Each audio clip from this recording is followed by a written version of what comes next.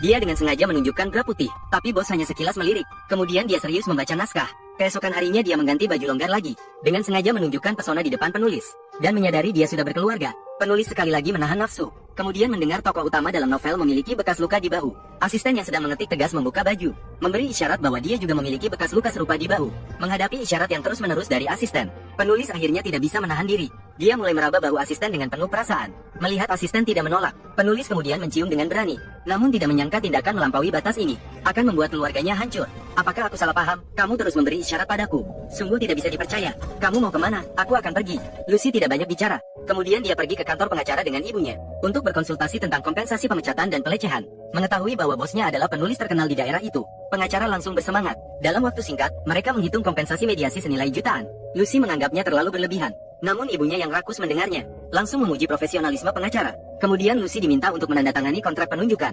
Karena penulis sedang keluar hari itu, maka surat dari pengacara dikirim ke tangan istrinya. Dia dulunya seorang penari balet yang sangat berbakat. Beberapa tahun yang lalu, karir menarinya berakhir karena kecelakaan mobil. Sejak itu, dia menderita depresi berat, merasa murung sepanjang hari. Ketika dia mengetahui bahwa suaminya telah mengkhianatinya, keadaan emosinya semakin buruk. Dia meningkatkan dosis obat untuk meredakan emosi negatifnya. Tapi ini sama sekali tidak berguna. Selalu tidak bisa melewati rintangan di hatinya. Maka dia memilih cara paling ekstrim untuk membalas suaminya. Dia pertama-tama menyelamkan putrinya yang sedang mandi hingga mati di bak mandi. Kemudian dengan santai dia pergi ke kamar tidur. Dia menuangkan seluruh botol obat ke tangannya. Ketika sang penulis selesai dengan urusan sosialnya dan pulang, istrinya sudah tidak menunjukkan tanda-tanda kehidupan. Melihat surat dari pengacara yang diletakkan di meja samping tempat tidur, dia segera mengerti segalanya. Awalnya sang penulis mengira hanya istrinya yang meninggalkannya. Namun saat dia mengangkat jenazah putrinya dari bak mandi, baru dia menyadari, hanya karena sebuah ciuman, dia kehilangan dua orang terpenting dalam hidupnya. Setelah menyelesaikan urusan keluarga, penulis datang ke ruang mediasi pengadilan sesuai janji. Hakim mengatakan dia bisa negosiasi. Namun sang penulis tidak mengucapkan sepatah kata pun. Langsung menulis cek sejuta. Lalu dia melirik ke arah Lucy. Kemudian dia pergi dari sini. Tidak ada yang tahu bahwa di balik wajah tenangnya, telah menanam benih balas dendam di dalam hatinya. Ini adalah mediasi terpendek yang pernah saya alami. Saya belum pernah melihatnya seperti ini, Mama. Istrinya dan putrinya baru saja meninggal. Sungguh tragis. Memikirkan tatapan penulis tadi, perasaan buruk tiba-tiba muncul di hati. Kemudian dia sering menulis surat permintaan maaf kepada penulis, berharap bisa mendapatkan pengampunan dari penulis. Namun tidak pernah menerima balasan dari penulis. Ayah melihatnya selalu murung dan tidak bahagia. Maka dia mengusulkan agar seluruh keluarga datang berlibur ke pantai. Namun ketika dia sendirian datang mengambil air, tiba-tiba melihat siluet yang akrab namun aneh. Dia segera mengejarnya untuk memastikan apakah itu penulis. Namun akhirnya kehilangan jejak. Lucy merasa ini bukan kebetulan. Maka dia menceritakan kejadian tadi kepada keluarga. Namun semua orang mengatakan bahwa dia terlalu gugup dan salah lihat. Akhirnya, keesokan paginya, Lucy melihat sekelompok orang berkumpul di pantai. Ketika dia mendekat, pertama kali dia melihat penulis yang basah kuyup. Kemudian dia melihat kakak laki-lakinya yang merupakan penjaga pantai tergeletak di tanah. Meskipun kakaknya memberikan pertolongan pertama, namun akhirnya sia-sia. Ketika dia melihat ke atas lagi, menyadari bahwa penulis tersebut telah menghilang. Polisi kemudian menyimpulkan setelah penyelidikan, bahwa kakaknya meninggal karena menyelamatkan seseorang dari tenggelam. Namun identitas orang yang diselamatkan tidak diketahui. Lucy meskipun curiga bahwa itu ulah penulis, namun dia tidak memiliki bukti apapun. Namun hanya setelah setengah tahun, Lucy tiba-tiba menerima telepon darurat. Kakaknya memberitahunya bahwa orang tua sedang dirawat karena makan jamur beracun. Ketika dia tiba di rumah sakit, dia mengetahui bahwa ayahnya meninggal di ambulans. Meskipun ibu berhasil diselamatkan, namun karena kerusakan hati yang parah, mungkin dia tidak bisa mandiri untuk hidupnya. Karena kakak dan adik tidak suka makan jamur, itulah mengapa mereka berhasil lolos dari bahaya. Lucy mengatakan bahwa orang tuanya makan jamur seumur hidup. Bagaimana mungkin membedakan jamur beracun? Ditambah lagi dia pernah mengatakan kepada penulis bahwa orang tuanya suka makan jamur. Jadi dia curiga semuanya adalah ulah penulis. Namun kakaknya yang seorang dokter tidak percaya padanya. Karena Lucy dalam keadaan tegang secara mental dalam jangka panjang. Sehingga kakaknya menganggap ada masalah dengan kejiwaannya. Tenang, perawat. Tenanglah, tarik napas dalam. Ada apa? Aku butuh psikiater. Aku harus bagaimana? Tarik napas dalam. Setelah itu, Lucy mulai mengonsumsi obat pengendali mental. Ibunya yang lumpuh di bagian bawah tubuh dikirim ke panti jompo. Karena adik perlu dijaga oleh Lucy. Sehingga beban ekonomi keluarga sekarang, semuanya jatuh ke pundak kakak tertua. Namun sayangnya, malam itu dia baru saja tiba di rumah sakit untuk jaga malam. Tiba-tiba ditarik turun dari mobil oleh seorang pria berotot. Kemudian mengayunkan tinju seperti palu besar. Dengan keras memukul kepala kakaknya. Ini untukmu, Xiao San. Aku mengembalikan surat ini padamu. Kau pikir aku tidak akan mengetahuinya? USC adalah milikku, mengerti? USC adalah milikku. Jangan bergerak, berhenti. Polisi, hei. Meskipun kemudian dihentikan oleh petugas keamanan rumah sakit, namun kakak tidak dapat menyelamatkan nyawanya. Kemudian berdasarkan penyelidikan polisi, pelaku adalah seorang pembunuh yang sedang dipenjara. Dia menerima banyak surat anonim di penjara. Isinya tentang perselingkuhan istri dengan kakak. Jadi kami merencanakan untuk melarikan diri dan membunuh kakak. Kakak saya tidak berkencan dengan siapapun. Ada beberapa surat yang merinci perselingkuhannya. Jika kakak saya berkencan dengan orang lain, saya akan tahu. Yang kami tidak mengerti adalah bagaimana dia bisa melarikan diri dari penjara. Dia adalah narapidana? Ya, Klaus. Apa? Itu dilakukan oleh Klaus. Itu dia yang melakukannya, dia yang menulis surat kepada narapidana. Selama bertahun-tahun dia terus membunuh keluarga saya. Pertama kakak saya, Ramiro, kemudian ayah saya. Itu dilakukan oleh Klaus. Apakah penulisnya Klaus? Benar, penulis. Saya pernah menjadi asistennya. Berjanjilah kepada saya bahwa Anda akan menyelidikinya. Saya ingin percaya pada apa yang kamu katakan. Namun, bisakah Anda memberikan bukti kejahatan penulis tersebut? Maaf, saya tidak punya. Dengan kremasi terus-menerus peti mati, keluarga Lucy juga semakin berkurang. Sekarang, selain ibu di panti jompo, hanya dia dan adik perempuannya yang saling bergantung. Lucy mengira situasi sekarang sudah cukup buruk. Namun ketika dia melihat wawancara penulis malam itu, tiba-tiba merasa ngeri. Penulis sebelumnya selalu menulis buku-buku yang penuh kasih. Namun sekarang dia akan menerbitkan novel tentang balas dendam. Cerita tentang protagonis yang cerdas merencanakan balas dendam. Tidak hanya menggunakan pembunuh bayaran untuk memusnahkan keluarga musuh, tetapi juga melakukan setiap pembunuhan tanpa kesalahan. Sehingga polisi tidak bisa berbuat apa-apa. Apa yang membuat Anda mengubah gaya menulis Anda?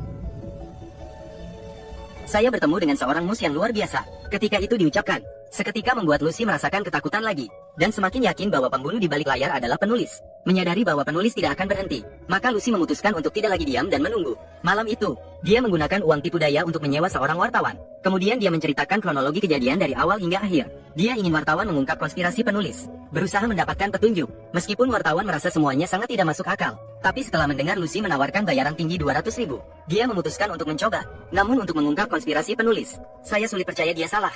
Jadi dia menyelidiki basis data surat kabar. Hasilnya menemukan orang yang diselamatkan oleh kakak laki-laki Lucy beberapa tahun yang lalu. Sampai sekarang identitasnya masih tidak diketahui. Kemudian dia menemukan tetangga orang tua Lucy, berusaha mendapatkan petunjuk.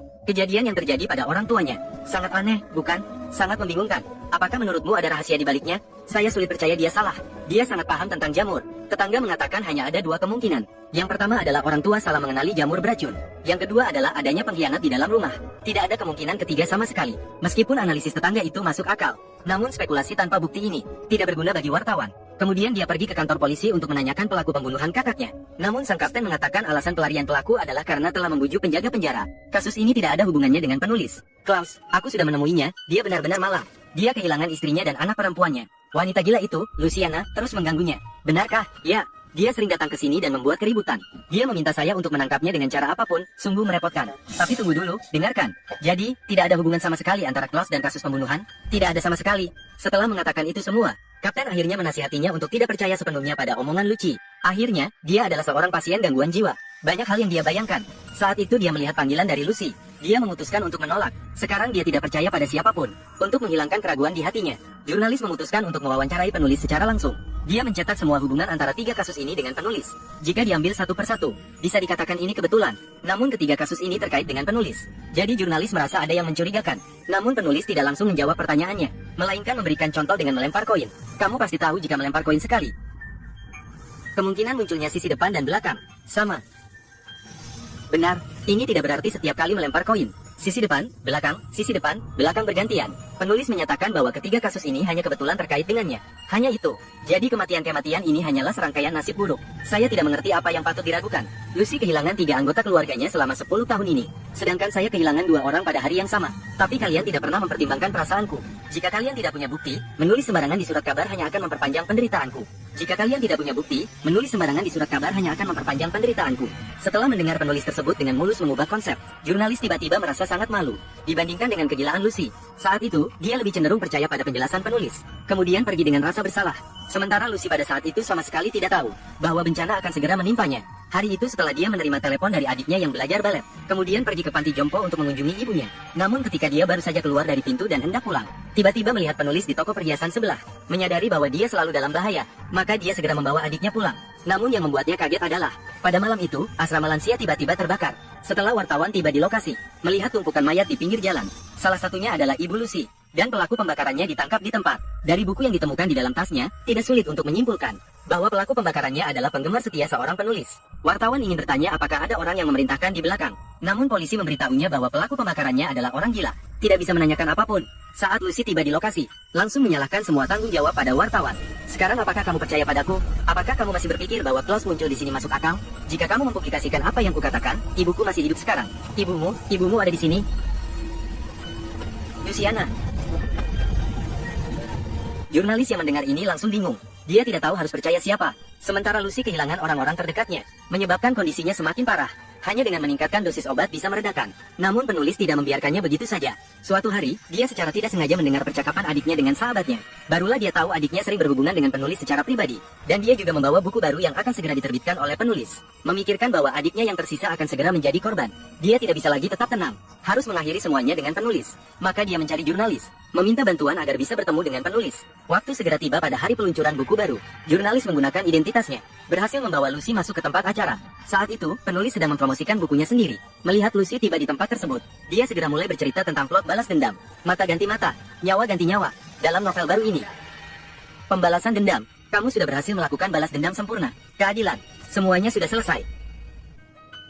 Dan semuanya berjalan mulus. Aku harus berbicara dengannya. Saat itu, wartawan juga menyadari maksud tersirat sang penulis.